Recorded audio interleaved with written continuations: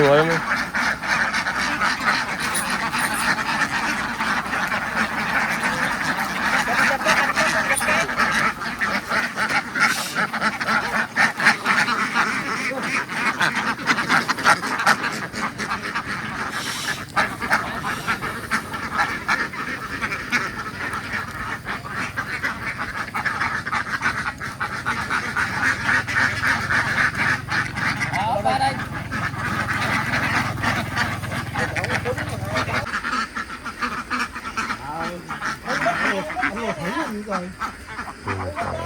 Cái nản này.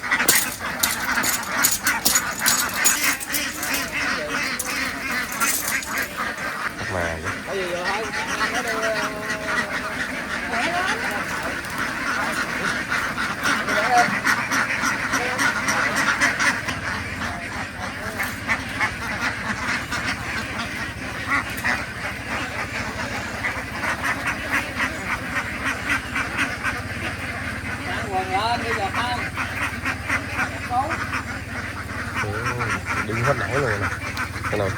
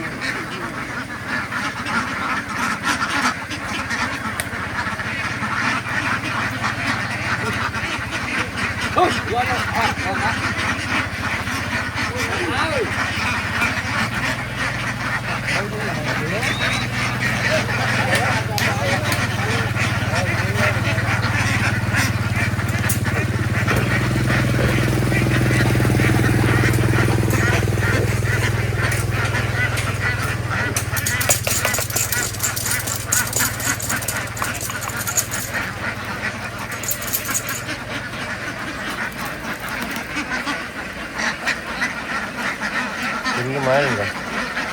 Dí.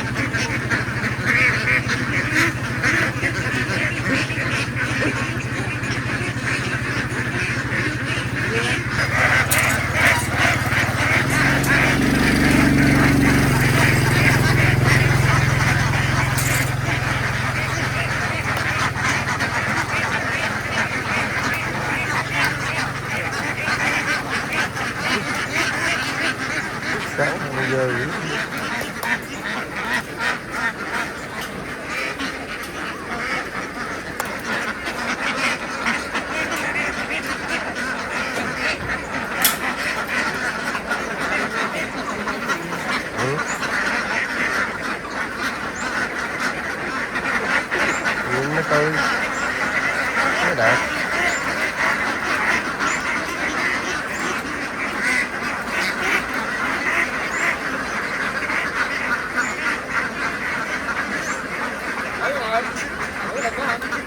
Màu cái gói không? Chỉnh lên nó.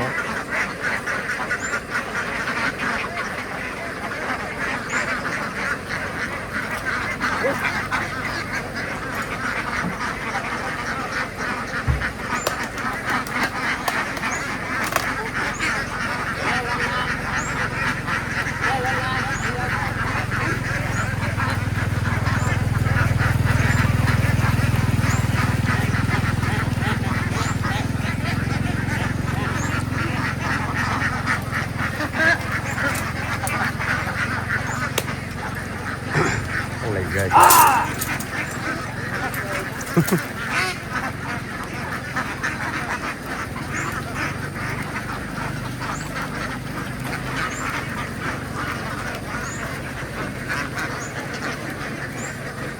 Đi trước luôn. Đi trước luôn Đạo. Đi. Ở lại đây.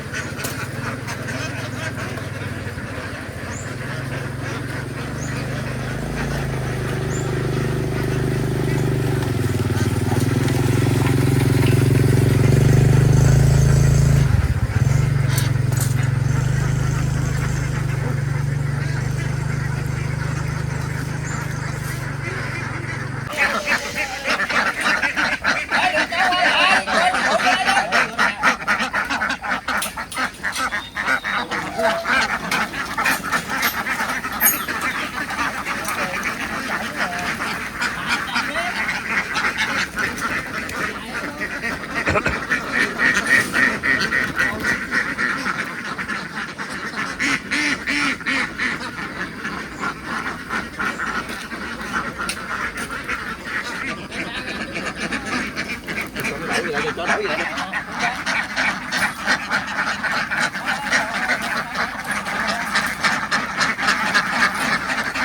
Ngồi em đi.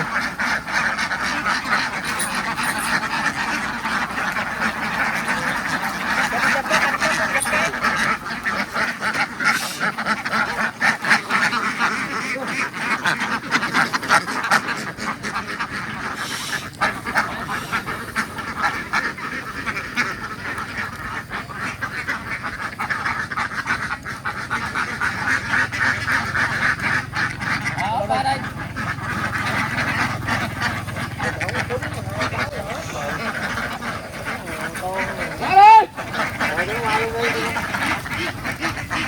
Qua đây.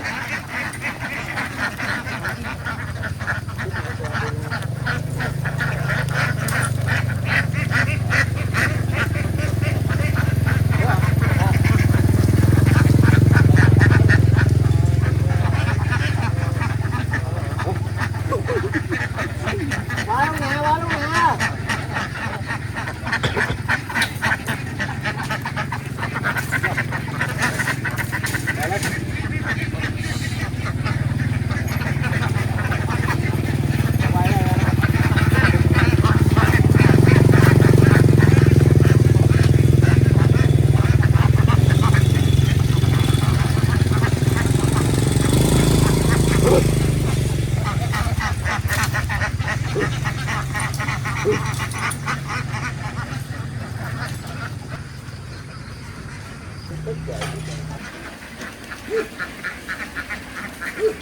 Quả kìa.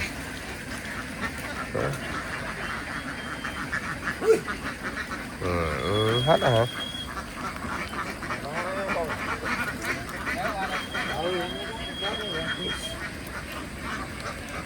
Qua đi.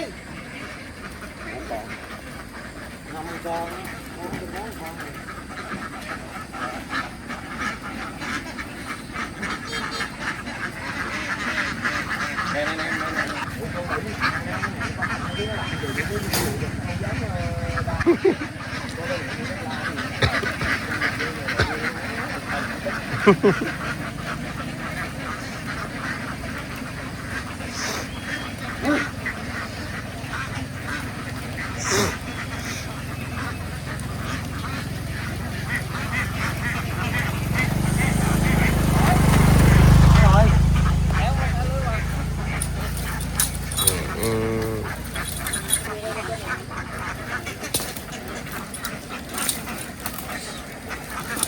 Kẹt giòn em nữa kìa.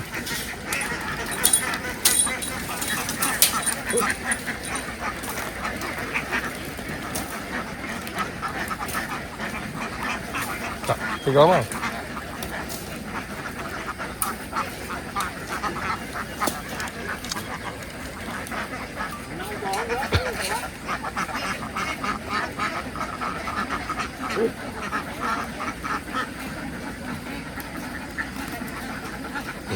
Anh ấy đi cái thằng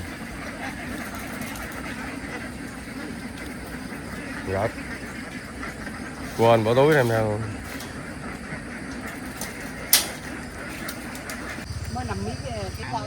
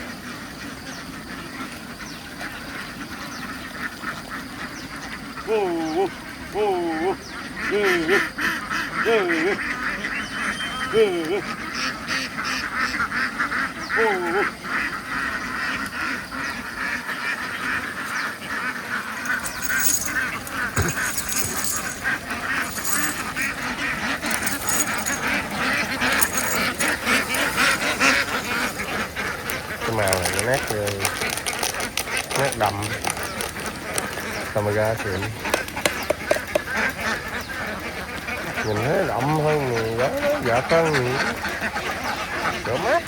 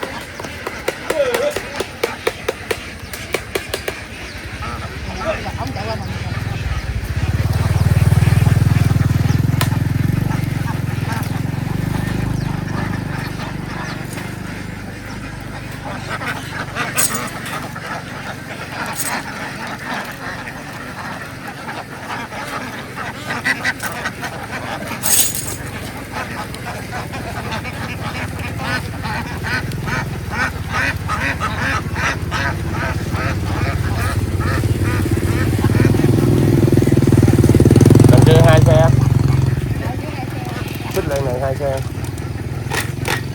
Tòng với ông gì nè, ủa ông Thanh với ông gì nè, Thanh ngoại hai, giờ là anh Tòng với ông kia, xe bự với xe nhỏ. Chút Phương bắt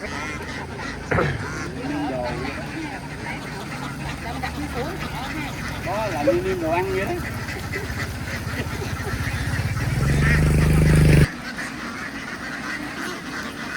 Gung không? Chỉnh rồi.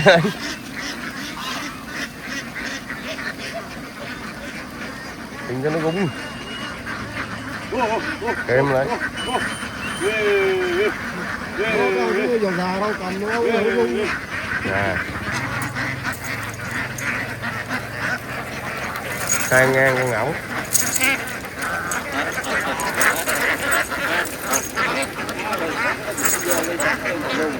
Ừ.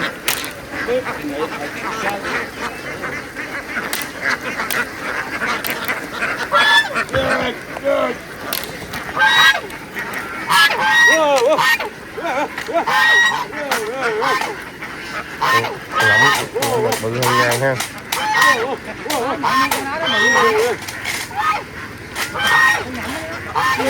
Ngang ra bự hơn ngang này nhỏ thôi.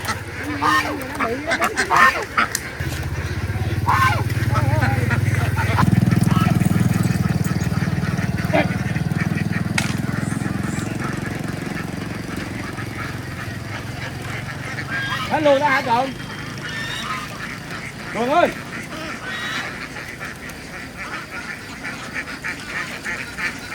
Hết luôn đó hả?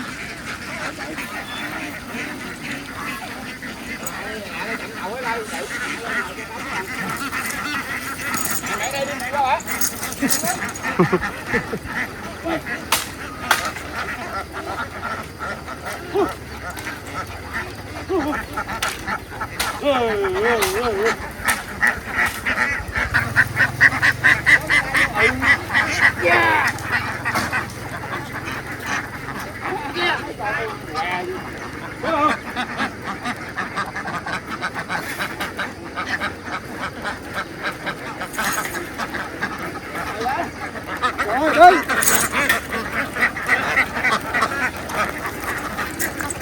Giờ đang đi xe với nó già hơn số 5 nữa. Nhúng nhất là chạy ngay bon lên nè. Trời.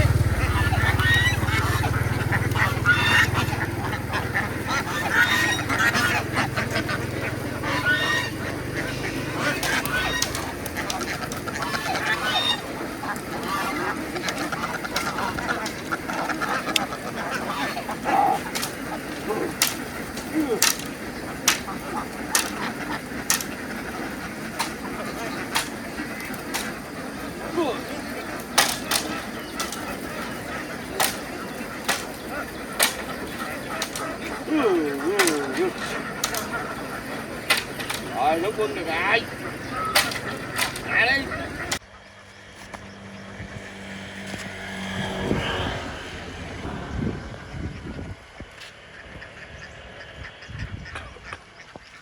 Rồi, cắt nó lên đây.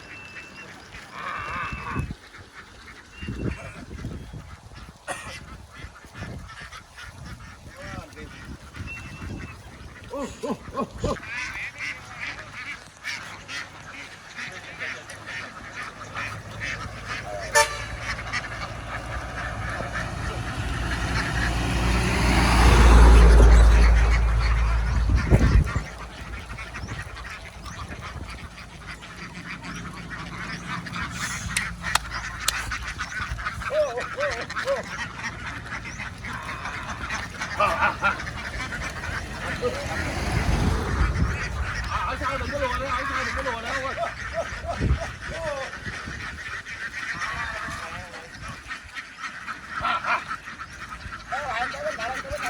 Lại.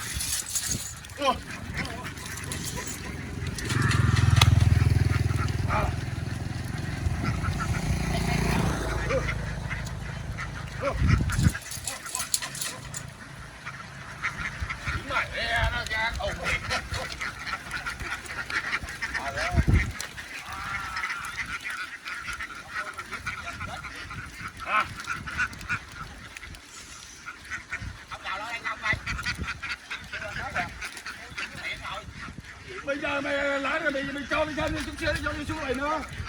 Tao thiếu người rồi.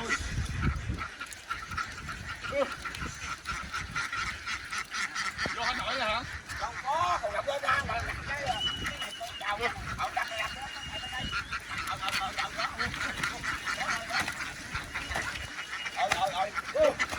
Ngồi đó, ngồi không dám lên đó.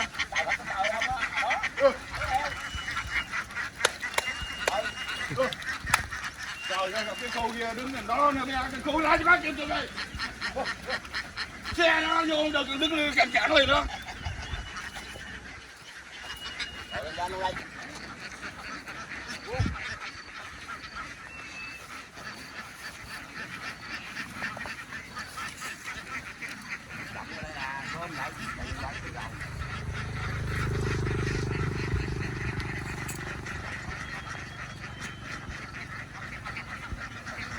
Lính cán mắt có rồi, nó tới không được.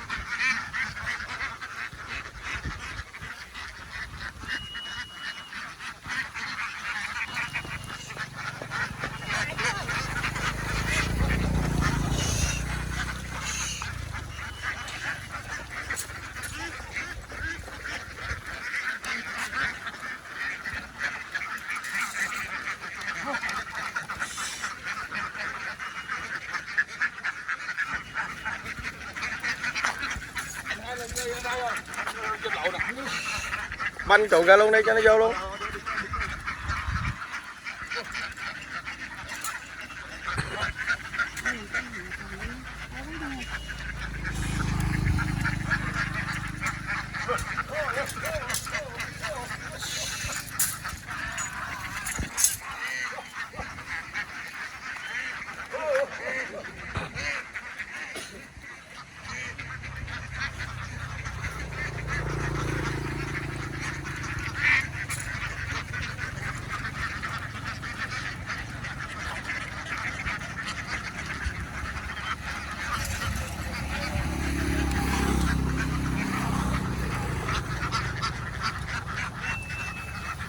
Rồi hết luôn cái một.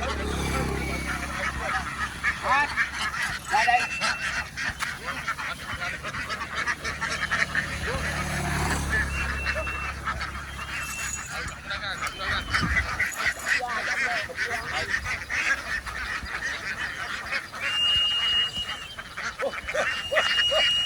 Rồi từ từ đi, nó lên rồi đó.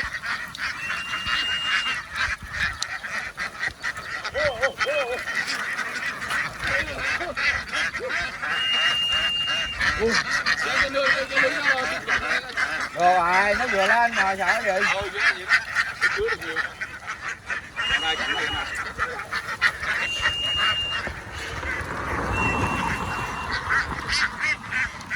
Mừng quá.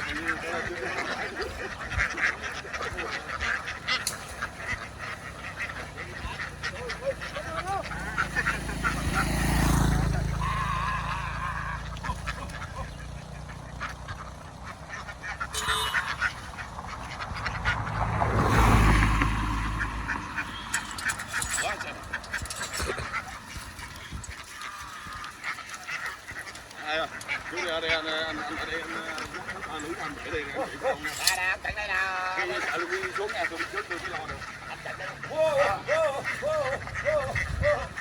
Đi đi rồi ra ém lưới sau. Đi về bánh phun nước rồi qua lấy sau. Lấy kiếm này lưới cờ đâu. Lưới em đi hết rồi.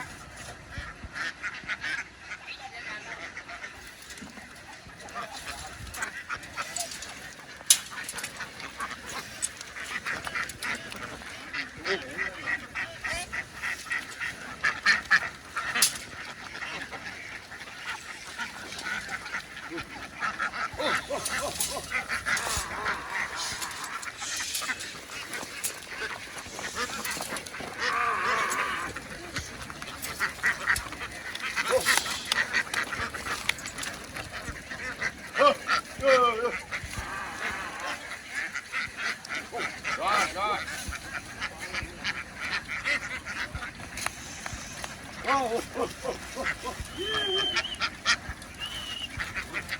Buông cây ra, buông cây ra.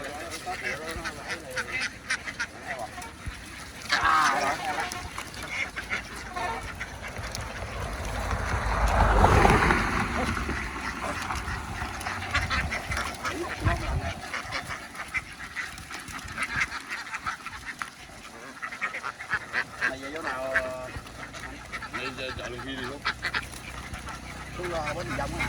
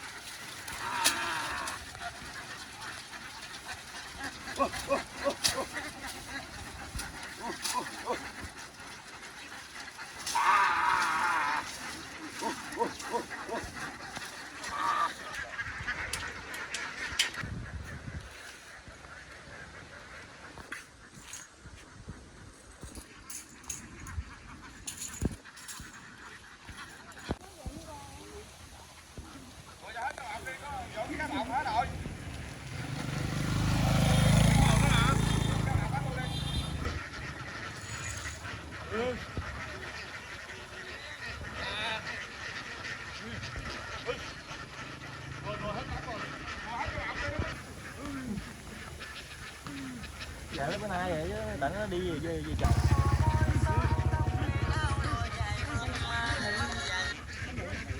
Luôn, vậy con mà ngoài gì nữa. Đang quay nè. Rồi, bây giờ chạy lên chỗ bến Chợ Dầu đi, xe đang xuống đó đó. Ê, bến Tầm Vong á. Bến Tầm Vong. Bến Tầm Vong, bến Tầm Vong. Ở đây hai xe đi xuống dưới đổ á. chạy lì đi xuống đó.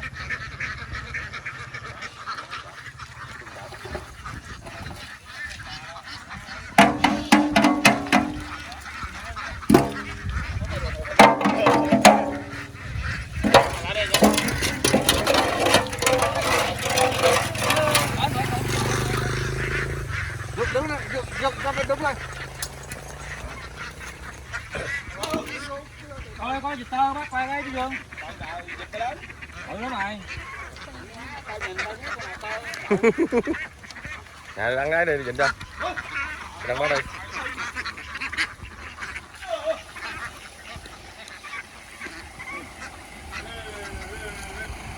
Ôi dịch nó xấu rồi.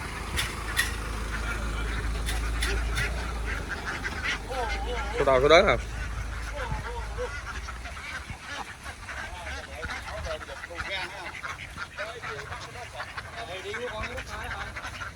Nè vịt tơ nè. Trống đó.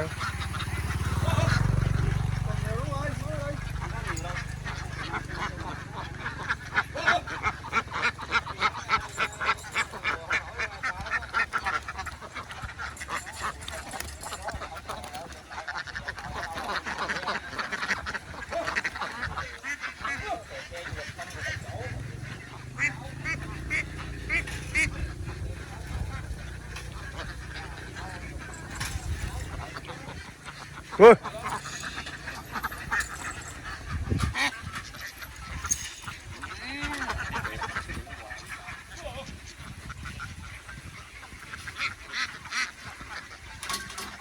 Đó vịt tơ đó, kìa kìa kìa kìa kìa. Kìa. Đây nè đây nè. Ui.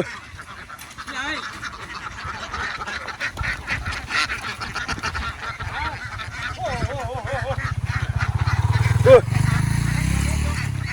Ui.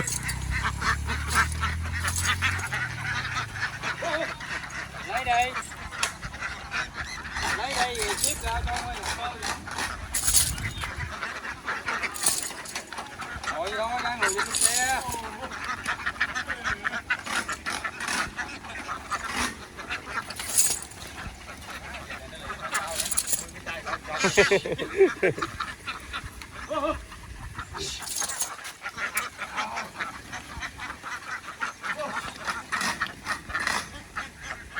Hai con. Ui. Nói không mà ém như trời.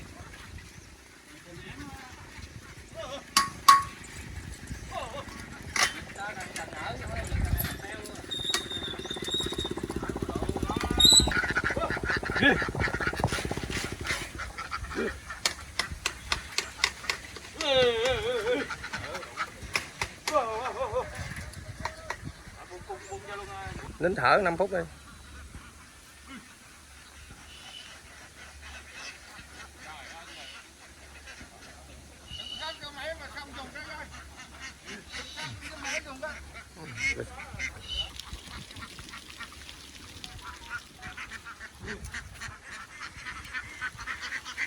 Rồi trở lại. Dạ. Áp cả cũng trở lại. Cắt giường đi, cho qua luôn. Xuống bộn rồi kìa. Có người dưới.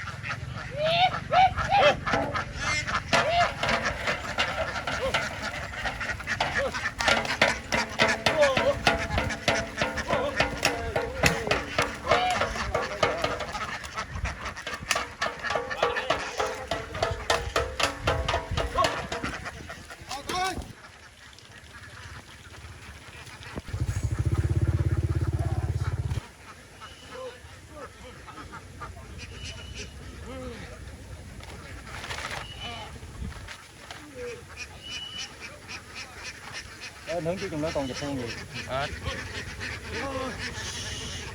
Đọt đó nghe.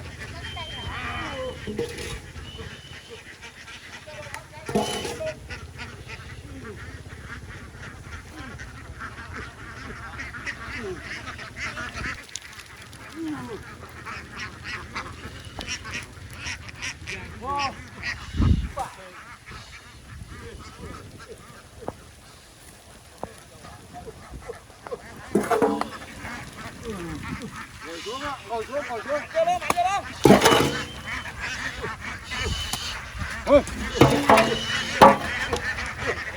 Nó lên nữa.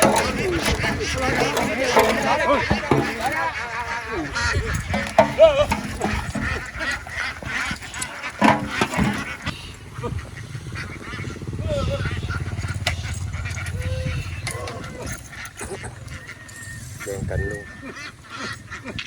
Mày màu che nó xa mà kìa.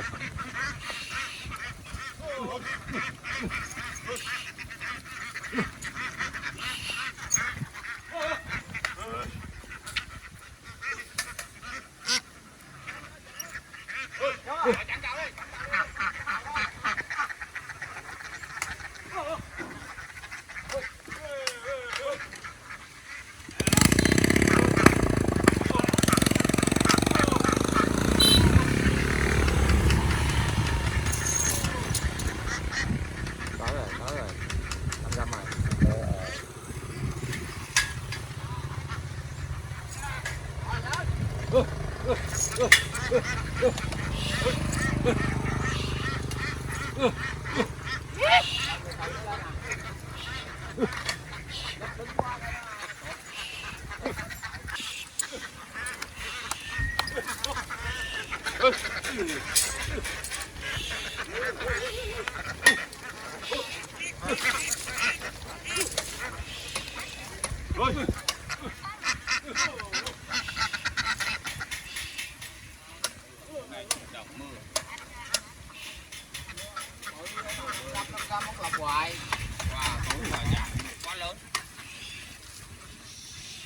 Mày có lụm nhiều, nó có lụm nhiều.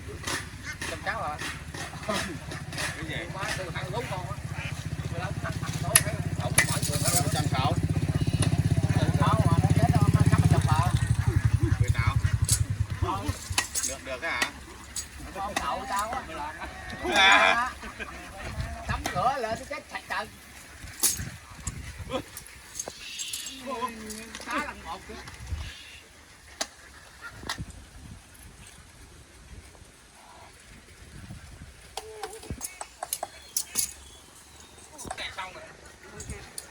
Một lần nào đó không phải chỉnh sửa hơn.